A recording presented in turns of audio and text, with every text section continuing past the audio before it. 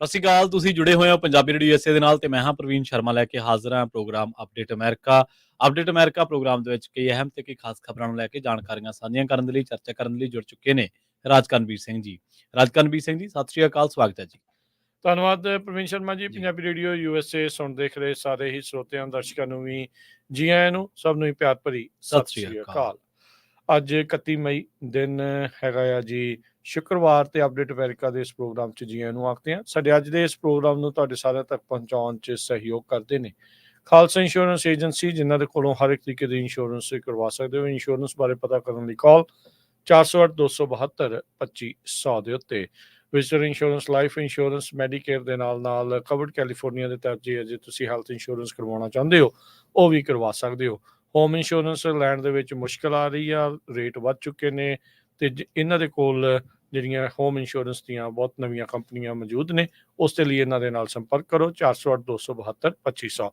ਟਿਰਕੀਆਣਾ immigration law firm, US immigration ਦਾ ਹੋਵੇ ਕਿਸੇ ਵੀ ਤਰੀਕੇ ਦਾ ਕੰਮ, call attorney J Tirkiana 415-909-0503। Gurpal Singh Springfield Virginia, Manjit Singh Kular, Avtar Singh Manzil Clovis, Satnam Singh Sunny Purewal, Amarjit Singh Dosanjh Yuba City, Lakhvir Singh Samra Texas, Gurmel Singh Laddar Bakersfield, Amarjit Singh Stockton, Sarabjit Singh Toor New Jersey, Harnek Singh Pabla Renton Washington, H&M oil Ontario, Harjit Singh Lathrop, Gurmel Singh Balbir ਬਾਸੀ ਐਲ ਗਰੋਵ, ਗੁਰਨੇਕ ਸਿੰਘ ਬਾਗੜੀ ਫਰੈਜ਼ਨੋ, ਧਰਮ Singh Raminder Basra Bakersfield, Shamsher Singh Dhillon New York, Grewal travel services Yuba city, tax, payroll, visa, OCI card, passport ਦੀਆਂ services ਇਹਨਾਂ ਦੇ ਕੋਲੋਂ ਲੈ ਸਕਦੇ ਹੋ। ਕਾਲ 5307517605। ਤੇ ਊੜਾ ਡੈਟ ਰਿਲੀਫ ਵਾਲੇ ਨਿਰਮਲ ਸਿੰਘ ਮਾਨ, ਇਕਨੋਮਿਕ ਹਾਰਡਸ਼ਿਪ ਚੱਲ ਰਹੀ ਆ, ਬੈਂਕਰਪਸੀ ਤੋਂ ਬਚਣਾ ਚਾਹੁੰਦੇ ਹੋ, ਡੈਟ ਨੂੰ ਕੰਸੋਲੀਡੇਟ ਕਰਵਾਉਣਾ ਆ, ਤਾਂ ਕਾਲ ਕਰੋ ਊੜਾ ਡੈਟ ਰਿਲੀਫ 888-888-9914। ਇਹਨਾਂ ਸਾਰਿਆਂ ਦਾ ਧੰਨਵਾਦ। ਜੇ ਤੁਸੀਂ ਵੀ ਇਸ ਪ੍ਰੋਗਰਾਮ ਨੂੰ ਸਪਾਂਸਰ ਕਰਨਾ ਚਾਹੁੰਦੇ ਹੋ, ਸੰਪਰਕ ਕਰ ਸਕਦੇ ਹੋ 408-722-7698 ਦੇ ਉੱਤੇ। ਜੀ ਬਿਲਕੁਲ। ਸੋ ਖਬਰਾਂ ਦਾ ਸਿਲਸਿਲਾ ਹੁਣ ਤੱਕ ਦੀਆਂ ਜਿਹੜੀਆਂ ਕੌਮਾਂਤਰੀ ਵੱਡੀਆਂ ਖਬਰਾਂ ਨੇ ਰਾਜਕਰਨਵੀਰ ਸਿੰਘ ਜੀ, ਉਹ ਤੋਂ ਸ਼ੁਰੂ ਕਰਾਂਗੇ। ਪੋਰਨ ਸਟਾਰ ਨੂੰ ਗੁਪਤ ਢੰਗ ਨਾਲ ਪੈਸੇ ਦੇਣ ਦੇ ਮਾਮਲੇ ਦੇ ਵਿੱਚ ਟਰੰਪ ਦੋਸ਼ੀ ਕਰਾਰ ਦਿੱਤੇ ਗਏ ਹੈ ਤੇ ਇਸ ਮਾਮਲੇ ਦੇ ਵਿੱਚ ਬੁਰੇ ਫਸਦੇ ਨਜ਼ਰ ਆ ਰਹੇ ਆ। ਕੌਮਾਂਤਰੀ ਪੱਧਰ ਤੇ ਇਸ ਖਬਰ ਨੂੰ ਲੈ ਕੇ ਖਾਸੀ ਜਿਹੜੀ ਚਰਚਾ ਉਹ ਹੁੰਦੀ ਰਹੀ, ਕਿਉਂਕਿ ਇਹ ਜਿਹੜਾ ਮਾਮਲਾ ਸੀਗਾ 34 ਦੋਸ਼ਾਂ ਦੇ ਵਿੱਚ ਦੋਸ਼ੀ ਕਰਾਰ ਦਿੱਤਾ ਗਿਆ ਤੇ ਕਹਿੰਦੇ ਕਿ ਜਿਹੜਾ ਟਰੰਪ ਨੂੰ ਸਜ਼ਾ ਸੁਣਾਉਣ ਦੀ ਜਿਹੜੀ ਤਰੀਕ ਆ 11 ਜੁਲਾਈ ਤੈਅ ਕੀਤੀ ਗਈ ਹੈ ਤੇ 4 ਦਿਨਾਂ ਬਾਅਦ ਹੀ ਵਿਸਕੌਨਸਨ ਦੇ ਮਿਲਵਾਕੀ ਦੇ ਵਿੱਚ ਜਿਹੜੀ ਰਿਪਬਲਿਕਨ ਨੈਸ਼ਨਲ ਕਨਵੈਨਸ਼ਨ ਹੋਣੀ ਆ, ਉਹਦੇ ਵਿੱਚ ਰਸਮੀ ਤੌਰ ਤੇ ਜਿਹੜੀਆਂ ਚੋਣਾਂ ਹੋਣੀਆਂ 5 ਨਵੰਬਰ ਨੂੰ ਰਾਸ਼ਟਰਪਤੀ ਚੋਣਾਂ, ਉਹਨਾਂ ਦੇ ਵਿੱਚ ਪਾਰਟੀ ਉਮੀਦਵਾਰ ਵਜੋਂ ਨਾਮਜ਼ਦ ਕੀਤਾ ਜਾਣਾ ਹੈ। ਜਿਵੇਂ ਹੀ ਉਹਨਾਂ ਦੇ ਖਿਲਾਫ ਫੈਸਲਾ ਆਇਆ ਤੇ ਉਹ ਕਹਿੰਦੇ ਕਿ ਇਹ ਸ਼ਰਮਨਾਕ ਹੈ ਤੇ ਇਹ ਵਿਵਾਦਗ੍ਰਸਤ ਜੱਜ ਨੇ ਚਲਾਇਆ ਸੀਗਾ, ਇੱਕ ਭ੍ਰਿਸ਼ਟ ਮੁਕੱਦਮਾ ਸੀਗਾ ਤੇ ਲੋਕ ਅਸਲੀ ਫੈਸਲਾ 5 ਨਵੰਬਰ ਨੂੰ ਦੇਣਗੇ। ਮਤਲਬ ਉਹ ਹਲੇ ਵੀ ਉਸ ਗੱਲ ਤੇ ਨਹੀਂ ਆ ਰਹੇ, ਜਦ ਕਿ ਅਕਸਰ ਹੀ ਇਹ ਕਿਤੇ ਵੀ ਡੈਮੋਕ੍ਰੈਟਿਕ ਸਿਸਟਮ ਦੇ ਵਿੱਚ ਇਹ ਗੱਲ ਕਹੀ ਜਾਂਦੀ ਹੈ ਕਿ ਕਾਨੂੰਨ ਤੋਂ ਉੱਪਰ ਕੋਈ ਨਹੀਂ ਹੈ, ਕਾਨੂੰਨ ਜੋ ਵੀ ਤੈਅ ਕਰਦਾ ਹੈ। ਦੋਸ਼ ਲੱਗਣੇ ਇੱਕ ਅਲੱਗ ਚੀਜ਼ ਹੁੰਦੀ ਹੈ, ਪਰ ਜਦੋਂ ਦੋਸ਼ ਸਾਬਤ ਹੋ ਜਾਣੇ, ਦੋਸ਼ੀ ਕਰਾਰ ਦਿੱਤਾ ਜਾਣਾ, ਉਹ ਇੱਕ ਅਲੱਗ ਗੱਲ ਹੈ। ਪਰ ਲੱਗਦਾ ਕਿ ਇੱਥੇ ਵੀ ਉਹ ਇਸ ਗੱਲ ਦੇ ਉੱਤੇ ਨਹੀਂ ਆ ਰਹੇ ਕਿ ਉਹ ਕਾਨੂੰਨ ਦੀ ਗੱਲ ਕਰਨ। ਉਹ ਕਹਿੰਦੇ ਨੇ ਕਿ ਇਹ ਭ੍ਰਿਸ਼ਟ ਮੁਕੱਦਮਾ ਕਰਾਰ ਦੇ ਰਹੇ ਨੇ ਤੇ ਅਸਲੀ ਫੈਸਲੇ ਦੀ ਗੱਲ ਉਹ 5 ਨਵੰਬਰ ਦੀ ਕਰ ਰਹੇ ਨੇ। ਬਿਲਕੁਲ, ਇਹ ਪਹਿਲੀ ਵਾਰੀ ਹੋਇਆ ਅਮਰੀਕਾ ਦੇ ਇਤਿਹਾਸ ਦੇ ਵਿੱਚ ਇੱਕ ਸਾਬਕਾ ਰਾਸ਼ਟਰਪਤੀ ਨੂੰ ਕ੍ਰਿਮੀਨਲ ਕੇਸ ਦੇ ਵਿੱਚ ਕਨਵਿਕਟ ਕੀਤਾ ਗਿਆ ਹੋਵੇ। ਇਸ ਦੇ ਨਾਲ ਟਰੰਪ ਹੋਣਾ ਦੀ ਕੀ ਪ੍ਰੈਜ਼ੀਡੈਂਸ਼ੀਅਲ ਕੈਂਪੇਨ ਦੇ ਉੱਤੇ ਕੋਈ ਅਸਰ ਪੈਂਦਾ ਆ ਜਾਂ ਨਹੀਂ, ਇਹ ਤਾਂ ਸਮਾਂ ਜਿਹੜਾ ਉਹ ਦੱਸੂਗਾ। ਪਰ ਜਿੱਦਾਂ ਉਹ ਕਹਿ ਹੀ ਰਹੇ ਆ ਵੀ ਇਹ ਬਾਈਡਨ ਪ੍ਰਸ਼ਾਸਨ ਹੋਣਾ ਨੇ ਜਿਹੜੇ ਪੋਲੀਟੀਕਲ ਇੱਕ ਹਿਸਾਬ ਦੇ ਨਾਲ ਪ੍ਰਸੀਕਿਊਸ਼ਨ ਸਾਡੀ ਜਿਹੜੀ ਉਹ ਕੀਤੀ ਆ ਆਪਣੇ ਵਿਰੋਧੀ ਨੂੰ ਇਲੈਕਸ਼ਨਾਂ ਤੋਂ ਪਹਿਲਾਂ ਹੀ ਜਿਹੜੀ ਹਰਾਉਣ ਦੀ ਕੋਸ਼ਿਸ਼ ਆ। ਉਧਰ ਜਿਹੜੇ ਸਪੋਰਟਰ ਆ ਡੈਮੋਕ੍ਰੇਟ ਪਾਰਟੀ ਦੇ, ਉਹ ਕਹਿ ਰਹੇ ਆ ਵੀ ਸਾਡਾ ਨਿਆਂ ਵਿਵਸਥਾ ਦੇ ਵਿੱਚ ਭਰੋਸਾ ਵਧਿਆ ਆ, ਨੋਬਡੀ ਇਜ਼ ਅਬਵ ਦਾ ਲਾ, ਕਾਨੂੰਨ ਤੋਂ ਉੱਤੇ ਕੋਈ ਨਹੀਂ ਆ। ਦੂਜੇ ਪਾਸੇ ਜਿਹੜੇ ਟਰੰਪ ਹੋਣਾ ਦੇ ਜਿਹੜੇ ਕੱਟੜ ਸਪੋਰਟਰ ਆ, ਉਹ ਕਹਿੰਦੇ ਵੀ ਅਸੀਂ ਹੁਣ ਜਸਟਿਸ ਸਿਸਟਮ ਨੂੰ ਵੀ ਟਰਸਟ ਜਿਹੜਾ ਉਹ ਨਹੀਂ ਕਰਦੇ, ਤੇ ਸਾਡਾ ਭਰੋਸਾ ਹੁਣ ਨਹੀਂ ਰਿਹਾ ਹੈਗਾ। ਸੋ ਇਹ ਸਾਰਾ ਕੁਛ ਜਿਹੜਾ ਉਹ ਚੱਲ ਰਿਹਾ ਆ। ਕਹਿੰਦੇ ਵੀ ਕਨਵਿਕਟਡ ਹੋਣਾ, ਕਨਵਿਕਟਡ ਫੈਲਨ ਜਿਹੜੇ ਹੁਣ ਬਣ ਗਏ ਨੇ 34 ਨਹੀਂ, ਇੱਕ ਨਹੀਂ, ਦੋ ਨਹੀਂ, 34 ਜਿਹੜੇ ਵੱਖ-ਵੱਖ ਚਾਰਜਿਸ ਦੇ ਵਿੱਚ ਜਿਹੜੀ ਮਨੀ ਆ ਬਿਜ਼ਨਸ ਦੇ ਵਿੱਚ ਕਿਸ ਤਰੀਕੇ ਦੇ ਨਾਲ ਲਕਾਈ ਛਪਾਈ, ਉਹ ਸਾਰੇ ਮਾਮਲੇ ਦੇ ਵਿੱਚ ਇਹ ਸਾਰਾ ਕੁਛ ਚੱਲਿਆ ਸੀਗਾ। ਅਜੇ ਜੇ ਦੇਖਿਆ ਜਾਵੇ ਤਾਂ ਇਹਨਾਂ ਦੇ 3-4 ਹੋਰ ਜਿਹੜੇ ਕੇਸ ਆ, ਕ੍ਰਿਮੀਨਲ ਕੇਸ ਆ, ਉਹ ਪੈਂਡਿੰਗ ਨੇ।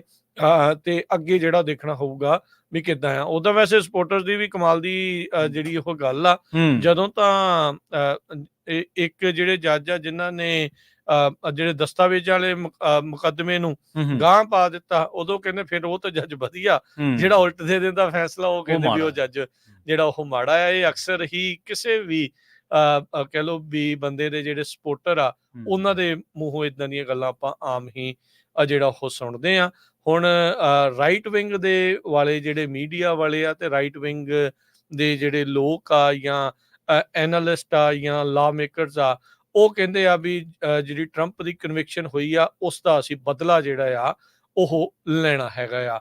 ਇੱਕ ਚੀਜ਼ ਦੇਖੀ ਗਈ ਆ ਵੀ ਟਰੰਪ ਹੁਣਾਂ ਦੀ ਜਿਹੜੀ ਡੋਨੇਸ਼ਨਸ ਵਾਲੀ ਵੈਬਸਾਈਟ ਸੀ ਉਹ ਬਹੁਤ ਹੀ ਜ਼ਿਆਦਾ ਜਿਹੜੀ ਉਹ ਉਸ ਦੇ ਉੱਤੇ ਟ੍ਰੈਫਿਕ ਇੰਨਾ ਕੁ ਵਧਿਆ ਵੀ ਉਹ ਬੰਦ ਹੋ ਗਈ। ਲੋਕ ਇਹਨਾਂ ਦੀ ਕਨਵਿਕਸ਼ਨ ਤੋਂ ਬਾਅਦ ਚ ਉਹਨਾਂ ਨੂੰ ਡੋਨੇਟ ਕਰਨ ਦੇ ਲਈ ਕਾਫੀ ਜ਼ਿਆਦਾ ਮੋਹਰੇ ਜਿਹੜੇ ਉਹ ਆ ਰਹੇ ਸੀਗੇ। ਬਹੁਤ ਸਾਰੇ ਲੋਕਾਂ ਦਾ ਇਹ ਸਵਾਲ ਹੋਣਾ ਹੈ ਵੀ ਕੀ ਕਨਵਿਕਟਡ ਫੈਲਨ ਜਿਹੜਾ ਆ ਉਹ ਪ੍ਰੈਜ਼ੀਡੈਂਟ ਦੀ ਇਲੈਕਸ਼ਨ ਰਨ ਕਰ ਸਕਦਾ ਆ ਜਾਂ ਨਹੀਂ। ਉਹਦੇ ਵਿੱਚ ਜੇ ਦੇਖਿਆ ਜਾਵੇ ਤਾਂ ਸੰਵਿਧਾਨ ਜਿਹੜੀਆਂ ਆ ਉਸ ਦੇ ਵਿੱਚ 3 ਕੀ ਚੀਜ਼ਾਂ ਆ ਵੀ ਤੁਹਾਡੀ ਇੱਕ ਇੰਨੀ ਕੁ ਸਾਲ ਤੋਂ ਉਮਰ ਉੱਤੇ ਹੋਣੀ ਚਾਹੀਦੀ ਆ, ਤੁਸੀਂ ਯੂਐਸ ਦੇ ਬੋਰਨ ਜਿਹੜੇ ਆ ਉਹ ਸਿਟੀਜ਼ਨ ਜਿਹੜੇ ਆ ਉਹ ਹੋਣੇ ਤੁਸੀਂ ਚਾਹੀਦੇ ਆ। ਸੋ ਉਹ ਕਹਿੰਦੇ ਵੀ ਸ਼ਰਤਾਂ ਇਹਨਾਂ ਦੀਆਂ ਪੂਰੀਆਂ ਆ। ਕ੍ਰਿਮੀਨਲ ਕੇਸ ਨੂੰ ਲੈ ਕੇ ਨਹੀਂ ਹੈਗਾ। ਉਹਦਾ ਵੈਸੇ ਇਲੈਕਟਰਲ ਸਿਸਟਮ ਸਵਾਲ ਵੀ ਆ, ਹਾਸਾ ਵੀ ਆ। ਜਿਹੜਾ ਤੇ ਕਨਵਿਕਟਡ ਫੈਲਨ ਆ ਉਹ ਵੋਟ ਤਾਂ ਨਹੀਂ ਪਾ ਸਕਦਾ ਹੁੰਦਾ ਕਈ ਜਿਹੜੇ ਮਾਮਲਿਆਂ ਦੇ ਵਿੱਚ, ਪਰ ਇਹ ਆ ਵੀ ਚੋਣ ਜਿਹੜੀ ਉਹ ਜ਼ਰੂਰ ਜਿਹੜੀ ਉਹ ਲੜੀ ਜਾ ਸਕਦੀ ਹੈਗੀ ਆ। ਸੋ ਬਹੁਤ ਕੁਝ ਹਰ ਇੱਕ ਨੇ ਆਪੋ ਆਪਣੀ ਜਿਹੜੀਆਂ ਹੁਣ ਕਿਆਸ ਰਹੀਆਂ ਉਹ ਸਾਰੀਆਂ ਚੀਜ਼ਾਂ ਜਿਹੜੀਆਂ ਉਹ ਕਰਨੀਆਂ ਹੈਗੀਆਂ ਆ। ਤੇ ਹੁਣ ਦੇਖੋ ਅੱਗੇ ਕੀ ਬਣਦਾ ਹੈਗਾ ਆ।